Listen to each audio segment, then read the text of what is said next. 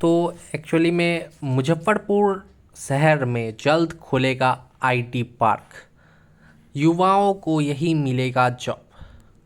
तो युवाओं को जॉब यहीं मिलेंगे।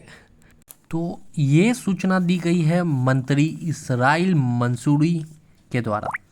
उन्होंने कहा कि पटना ही नहीं पूरे बिहार में आईटी हब बनने की योजना है। तो आइए इस विषय पर बात करते हैं। भागलपुर, दरभंगा और पटना को इसकी इजाज़त मिल गई है। हालांकि मुजफ्फरपुर ने भी मांग की थी आईटी पार्क की, तो मुजफ्फरपुर को मंजूरी क्यों नहीं मिल रही, तो आइए इसी पे हम चर्चा करेंगे। तो हमारे मंत्री का भी कहना है, मंत्री इसराइल मंसूरी का भी, कि जब मंजूरी मिलेगी तो यहाँ पे आईटी पार्क ज़रूर बनेगा। लेकिन फ़िलहाल देखा जाए तो ऐसा क्यों, मंजूरी क्यों नहीं मिली मुजफ्फरपुर को? तो नीतीश कुमार के हिसाब से मुजफ्फरपुर में सही बिजली की अच्छी व्यवस्था नहीं है मुजफ्फरपुर में। तो इन नीतीश कुमार के हिसाब से मुजफ्फरपुर में बिजली की अच्छी व्यवस्था नहीं है, यहाँ पे जगह नहीं है आईटी पार्क बनाने लायक। और नीतीश कुमार के हिसाब से अगर सोचा जाए तो दरभंगा और भागलपुर में अच्छे ज़मीन की कमी नहीं है, वहाँ पे तो बाढ़ आता ही नहीं है और बिजली की बहुत अच्छी व्यवस्था है। ये हंसने वाली बात है, मुजफ्फरपुर के पास बिजली की व्यवस्था अच्छी नहीं है और भागलपुर और दरभंगा के पास बिजली की बहुत अच्छी व्यवस्था है। तो वहाँ पे आईटी पार्क खुलेगा, लेकिन मुजफ्फरपुर में आईटी पार्क नहीं खुल पा रहा है क्योंकि उन्होंने अलाउ नहीं दिया। तो मैं एक्चुअल फैक्ट बता रहा हूँ, मुजफ्फरपुर हमेशा से पीछे रहा है और उसे मतलब पहले बहुत आगे था, लेकिन जब समय आने पे अभी के समय में हमेशा से सबसे पीछे रह रहा है क्योंकि यहाँ इसे ना बहुत एक्चुअली मुजफ्फरपुर को ना बहुत इग्नोर करके चला जा रहा है। मैं ऐसा बताना चाह रहा हूँ कि मुजफ्फरपुर को बहुत ज़्यादा इग्नोर करके चला जा रहा है। ऐसा लग रहा है जैसे नीतीश कुमार को मुजफ्फरपुर से बहुत ज़्यादा नफरत हो, इस टाइप से। यहाँ का कोई भी काम, अगर काम का प्रस्ताव भेजा जाता है मुजफ्फरपुर के लिए तो हमेशा मंजूरी नहीं मिलती है। तो क्यों नहीं मंजूरी मिलती है? यहाँ फ्लाईओवर से काम क्यों नहीं शुरू हो रहे हैं, क्यों रोक दिया जा रहा है उन फ्लाईओवर के काम को? बस स्टैंड का प्रस्ताव 4 बार भेजा जा रहा है, तब आखिरी में लोग बहुत आवाज़ उठाने लगे तो जाके इसे मंजूरी मिली बस स्टैंड को। यहाँ तक आईटी पार्क की बात आई तो भागलपुर को और दरभंगा को मिल गया, लेकिन मुजफ्फरपुर को नहीं मिला।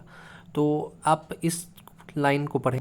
तो इन लाइनों में आप साफ साफ पढ़ सकते हैं, मुजफ्फरपुर में आईटी पार्क बनने की कोई योजना अभी तक नहीं है, लेकिन बिहार सरकार ने इस दिशा में कुछ कदम उठाए हैं।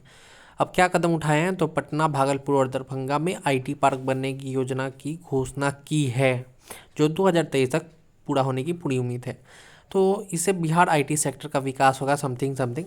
मुजफ्फरपुर में आईटी पार्क बनने की मांग है, लेकिन इसके लिए ज़मीन की कमी और बिजली की समस्या का समाधान करना होगा। तो ये हंसने वाली बात है कि मुजफ्फरपुर में ज़मीन की कमी हो गई है और यहाँ पे बिजली की व्यवस्था बिल्कुल सही नहीं है। तो मेरा प्रश्न ये है कि क्या भागलपुर और दरभंगा मुजफ्फरपुर से इतना आगे चला गया, मतलब इतना आगे बढ़ गया कि मुजफ्फरपुर इतना डाउन हो गया है उनके सामने कि भागलपुर और दरभंगा में आराम से आईटी पार्क अलाउ किया जा रहा है क्योंकि वहाँ पे बहुत अच्छी व्यवस्था है और मुजफ्फरपुर के पास व्यवस्था नहीं है इतना। तो मुझे नहीं लगता है कि नीतीश कुमार इतना इग्नोर कर पाए मुजफ्फरपुर को कि मुजफ्फरपुर इतना नीचे हो जाएगा। तो हमें आवाज़ उठाने की ज़रूरत है और ये बात मुझे कमेंट करके ज़रूर बताइएगा। और चैनल पे नए हैं तो लाइक सब्सक्राइब ज़रूर करिएगा। तो मैं कह रहा था कि हमें आवाज़ उठाने की ज़रूरत है क्योंकि दरभंगा एम्स जो था वो पहले मुजफ्फरपुर में प्रस्तावित था, तो उसे हटा दिया गया यहाँ से। एयरपोर्ट के लिए हमने ज़मीन मांगा, नया ज़मीन, तो वो तक अलाउ नहीं किया गया। तो 3 प्रोजेक्ट्स आए थे मुजफ्फरपुर में, जिसमें ये सिकंदरपुर लेक ब्यूटिफिकेशन हो रहा है वो, और उसके बाद 2 प्रोजेक्ट, तो उसमें से 3 प्रोजेक्ट में से 2 प्रोजेक्ट को भगा दिया गया। तो उतना डिटेल में नहीं बात करूँगा इसमें। तो मैं यही कहना चाह रहा हूँ कि मुजफ्फरपुर को आवाज़ उठाना ही पड़ेगा क्योंकि नहीं आवाज़ उठाने का नतीजा तो आपने देख ही लिया। लेकिन एक ही बार हमने आवाज़ उठाया बस स्टैंड के लिए और देखो बस स्टैंड का क्लियरेंस हो गया। तो हमें ज़रूरत है आवाज़ उठाने की। आवाज़ उठाएंगे तो ही हमारे लिए अच्छा किया जाएगा, नहीं तो मुजफ्फरपुर को इग्नोर किया जाएगा। तो मिलते हैं नेक्स्ट वीडियो में। बने रहे हमारे साथ।